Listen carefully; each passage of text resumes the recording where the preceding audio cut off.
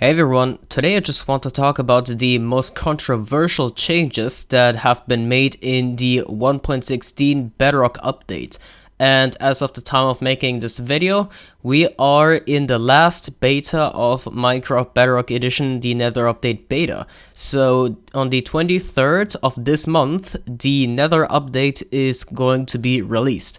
That means most likely all of these issues featured in this video, or not necessarily issues but controversial changes, will be featured in the full release. And keep in mind that I am just going to talk about these changes. I am not pushing anyone to change anything, although for some it will be necessary in my opinion. But yeah, here we go, and those are the 5 most controversial changes in my opinion that are in regards to technical gameplay mostly, but some of them also affect normal gameplay. Alright, so the very obvious one, the elephant in the room, and in my opinion the most important one, is of course the one I made an entire video on already, and it is the despawning in the Minecraft Bedrock 1.16 update, specifically the despawning you get when you are on a simulation distance of 4. So you might already be able to see the problem right here. If we just take a look, deconnecting my camera view from the player using a free cam. As you can see, there are mobs which are spawning and instantly despawning. You can see those mobs flashing, and that is an issue that is present when your world is set to simulation distance of 4 chunks. That of course will be a lot of worlds because the simulation distance of 4 is the minimum, and it is the simulation distance that is set on realms, and in fact it's the only one you can set on realms. So this is something very problematic. And let me just explain what exactly is happening here.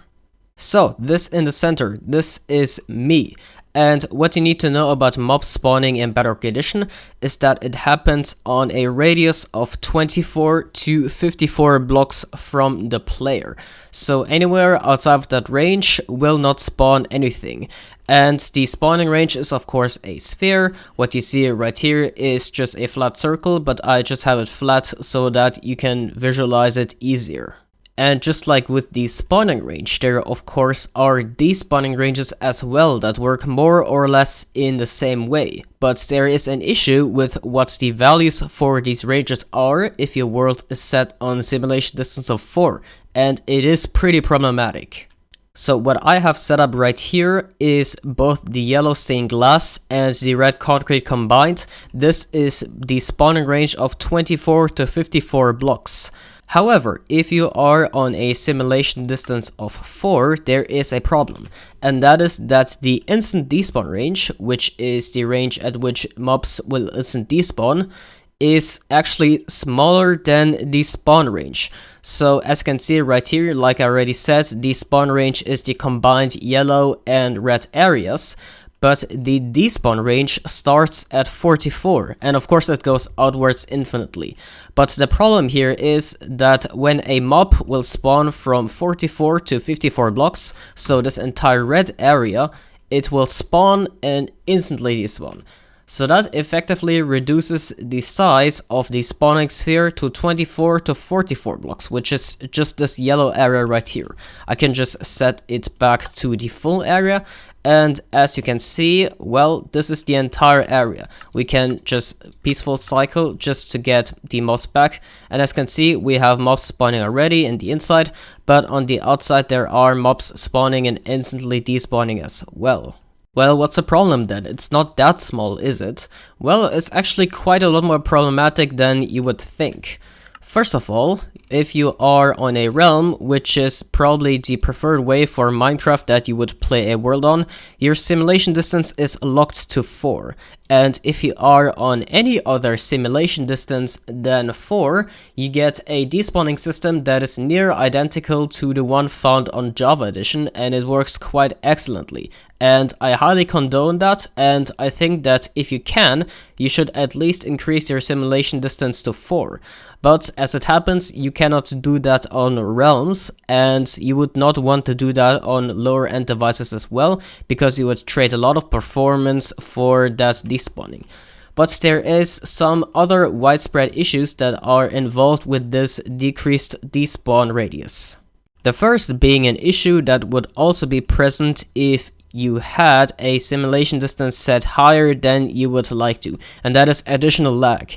The reason why you also get lag in this system is, well, because if mobs spawn and then despawn instantly, that's a lot of wasted system resources, and, well, it's just additional lag, and it is not very good at all, and yeah, that's actually quite problematic. I don't think anyone was able to test yet to what extent this causes lag, but it certainly is an unnecessary lag causer. The second, of course, is that the range is actually incredibly small in which mobs can spawn now. So that means that from 24 to only 44 blocks, mobs will actually spawn and stay spawned. And that is, of course, problematic because, well, you might think, look at this yellow area, it still is a lot of space. Well, not really, because you see, if you go further out, of course, that will add more blocks, more spawning spaces per every ring added. That's just one way to say it, but basically, the further you go out, the more is added. By removing the 44 to 54 area where mobs would normally spawn, but now they spawn and instantly despawn, you actually reduce the spawning sphere by a whole lot. So let's just say that the 24 to 54 sphere is 100% capacity. If you remove the 44 to 54, you're down to 58%. So this red area is a whole 40% of the entire spawning sphere. And if you remove that, that is one big decrease. And not only does that lower mob farm rates, because, well, it's less spawning spaces, it also introduces another problem. And the third and last problem with this tiny despawn range is that, well, it's just tiny. There's no two ways to go about it. It's just too tiny for many things. So first of all, of course, you will have mobs spawning instantly despawning. That is the one issue. But for example, in mob farms that use fall damage, that will break. And, well, overall, it's just too small. If you're not aware, the instant despawn that occurs at a range of 44 blocks on simulation distance of 4, of course 44 and higher, it occurs at 128 blocks and higher on Minecraft Java Edition. That is quite a lot bigger, and I'm not just saying it like that, it's because it's actually so much bigger than this. And yeah, so that is quite problematic. This is just way too tiny. There is actually a reason why this instant despawn radius is so tiny, and no, it was not just made to annoy us, but it is something that I will not cover now because I have already done it in some other videos, so I'll have those linked in the description. If you want to check them out, go ahead. The second controversial change is the removal of gravity block stacking. Now, this is quite obviously a bug. It doesn't really make any sense that gravity blocks right here should be stacking up on top of this piston with a slab, and the whole reason this happens is because the piston is facing up and there is a transparent block on top of it. And yes, I know, that doesn't make any sense, and that is exactly why it got patched. But the problem here is that, well, it is something very useful. And it's not only useful, it's not very harmful at all, and well, it's just very cool, and it's always cool to have Bedrock exclusive mechanics in my opinion. Because, well, there are Bedrock exclusive glitches that are getting patched out every day, but, well, there are many Java Edition exclusive bugs and all that are staying in the game because the community loves them. And this is one of those. It is very much loved by the community because this can be used for so many things. And, well, it is just something very neat. It's not harmful at all, and I think it should have never been patched because, well, I mean, it's just pretty awesome. But I, of course, understand that from a developer standpoint, it makes sense to remove these because it just doesn't make any sense at all, and if someone were to encounter this in normal gameplay, it would have been a little confusing and would have not made any sense at all. But fact of the matter is that this mechanic made for some very fun contraptions, for example this. and many others. This can of course also push mobs. This is what is known as a sand pusher, and yeah, it's something actually pretty awesome. And we can make several other things using this gravity block stacking mechanic, for example concrete converters and all that. And well, it is something that I am personally sad to see it go, and others are as well, and I do understand why, but it is most definitely for that very reason a controversial change introduced in 1.16. And by the way, if we try this out in 1.16, it does not work anymore. Right now I am in 1.14.6.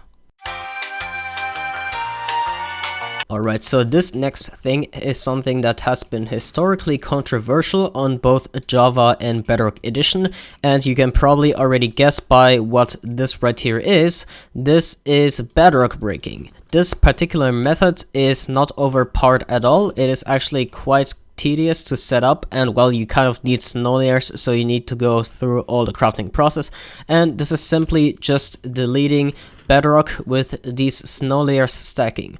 That is something that is patched in the 1.16 update, and I am not debating that it should not be patched out, but it is something that was, in my opinion, fairly balanced. And of course, like all other bedrock breaking methods, I suppose that it was inevitable that it would be patched out eventually, but I am personally sad to see it go, and so are many others. So that is one very controversial change that is made in the 1.16 Nether update beta for Bedrock. Now for the fourth controversial change. Have you ever done something like this? Well, if you haven't, I can't really blame you, because it is a fairly niche mechanic, but this is simply moving a waterlogged block and it retains its waterlogged state. And that is something very cool, because as you can see right there, I made a fountain that makes use of this, and you can easily toggle it with a lever, and it looks pretty cool. Of course, in its state right now, that doesn't look all that cool, but that's not the point. My point here is that this feature is something that was very cool, very useful, and its removal says a few bad things on how things are moving forward. Why is this so important? Well, this does affect more things than just a fountain like this, but there are a few that I'm going to list. There are a lot actually, but I can't really bother listing them all. So on the list we have, let's see, we have mob farms, we have some fountains like this one right here, so that is not very relevant in my opinion, but it might be cool. Then we also have ice bridge makers. Those are very useful things in the nth dimension. And we have the loved and hated Xeritic Shuriken farms. Those still exist in the 1.16 update, but a variety of those that relied on moving waterlogged blocks are broken. Can't really blame them for that. But yeah, there are a bunch more, and I see why this has been removed, but there is another problem to this. The problem is that in the changelog in which this was introduced, this was marked as a parity change. If you don't know what a parity change is, it's basically just adding or removing things to bring the Bedrock edition of Minecraft more in line with the Java edition.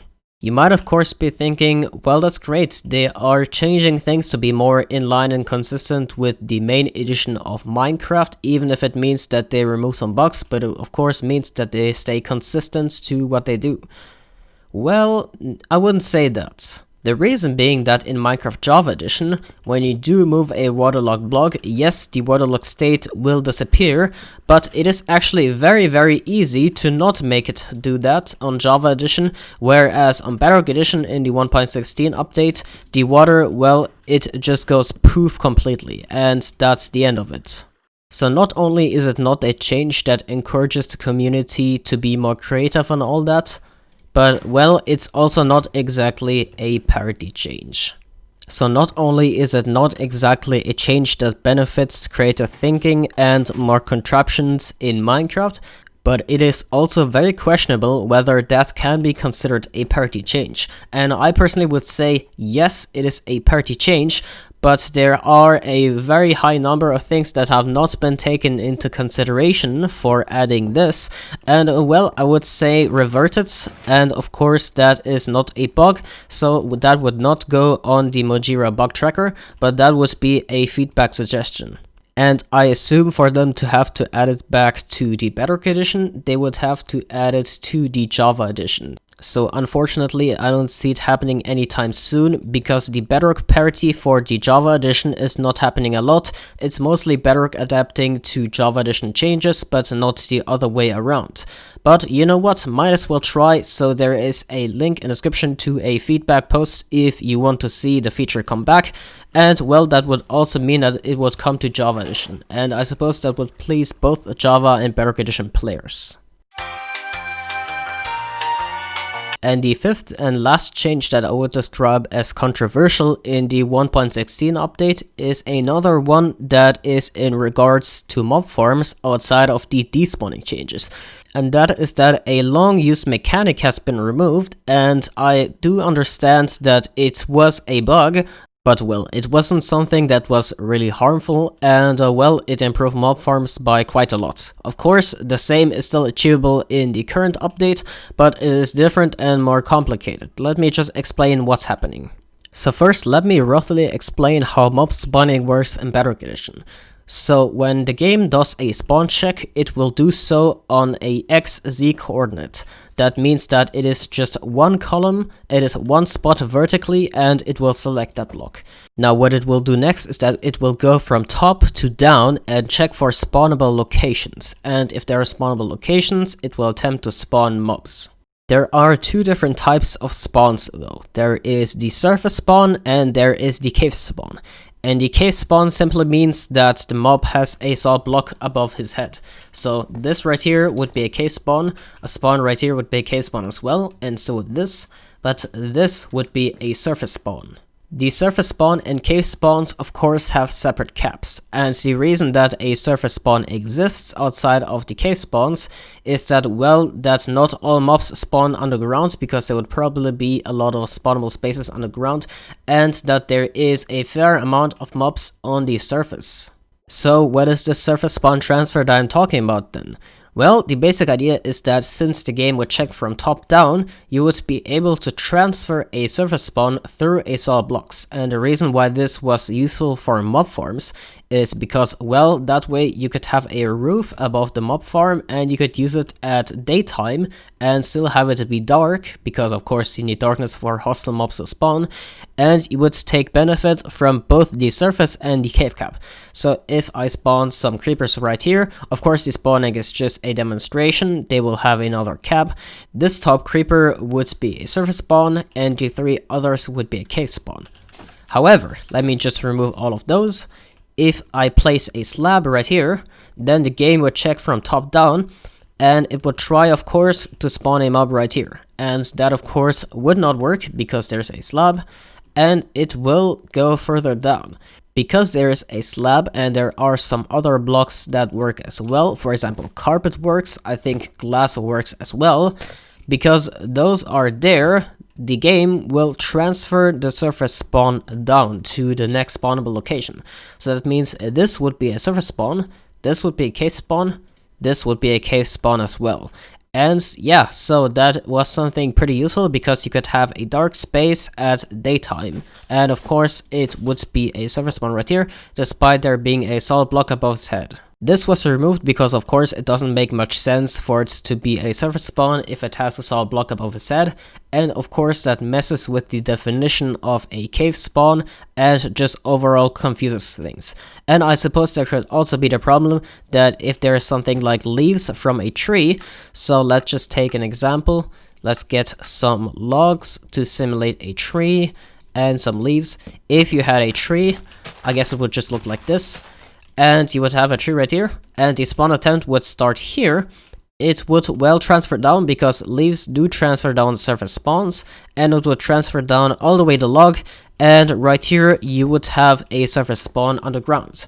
And well, I do suppose that it makes sense because over time you would accumulate surface spawns that take up the surface cap underground in caves, and you would in the end see less actual surface mobs on the surface. So I do understand that this is removed, but the chances of this happening is actually quite low, so I think it is a little overkill to remove this. So in 1.16, if you use a roof that looks like this, all those 4 spaces will be cave spawns. And this decreases rates because you only make use of the cave cap and you don't make use of the surface cap.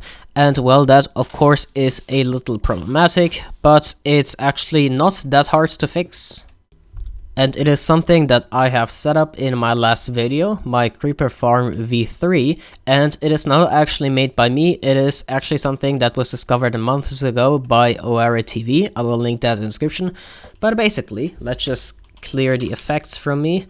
As you can see, it is indeed dark, and if you're wondering how that works, basically, water and some other blocks such as leaves have light lowering properties. So as the light passes through them, every time you go down 1 block, it decreases the light level even further. And this is how we can achieve a surface spawn on daytime, and while still keeping everything else dark. And the reason why this first layer is a surface spawn, of course, is because there are no solid blocks above it. There is just that water and the glass. And I believe you can just replace this water with leaves and then remove the glass, and that should work as well. But yeah, there is only a few blocks that have these properties. I believe they are leaves, normal ice, so the transparent ice, and water. And I don't think that other blocks have this kind of property. Anyways, personally, I would recommend the water one because water is free, it's infinite. And I guess you can use leaves as well. I wouldn't exactly recommend ice because it melts, but it is something entirely doable. And in 1.16 mob farms, that's probably what we will do. But anyways, the discoverer of this, so OareTV, is linked in the description, of course, because well, credit given where it's due. And just to end this video off, I want to give you some honorable mentions. So the first honorable mention would be that they have changed something about this tile entity moving duplication bug. And well, basically the idea was that you take out an item right as a chest or another tile entity or basically a container is being moved, and then it would stay in the chest, but you would also have one in your inventory, and that would basically be duplication. And that is something that has to be somewhat patched apparently in this update. Personally, I was not able to do this in this update anymore, but someone else has said that they were able to do it with a little modification. I personally have no idea what this modification looks like, and that's also why I won't show anything. Besides, the other reason is that some people absolutely hate this duplication bug, very understandably so, because it is actually, or at least it was quite easy to do, and it would ruin a lot of realm economies and all that. And other people love it because it means that you can easily duplicate portal tiles and bedrock and other blocks that you are not supposed to obtain anyway. And well, that's entirely up to you whether you like it or not. I am just here to document the changes. I was not able to do it in this update anymore, and apparently it's still possible. So yeah, watch out server owners, but because the method of doing it is most likely not known or won't be known for a long time, I wouldn't be too worried. And for the last honorable mention of a controversial change, the title will have to go to the bright red Mojang Studios logo that everyone either loves or hates. But yeah, anyways, that's it for me, and I hope you enjoyed this video. I'm just gonna do the outro with this puppet on the main menu right there because I'm literally not in game. And well, thank you very much for watching. I hope you found this interesting. Make sure to subscribe because I have a lot more like this on my channel. And well, I'll see you around. Bye!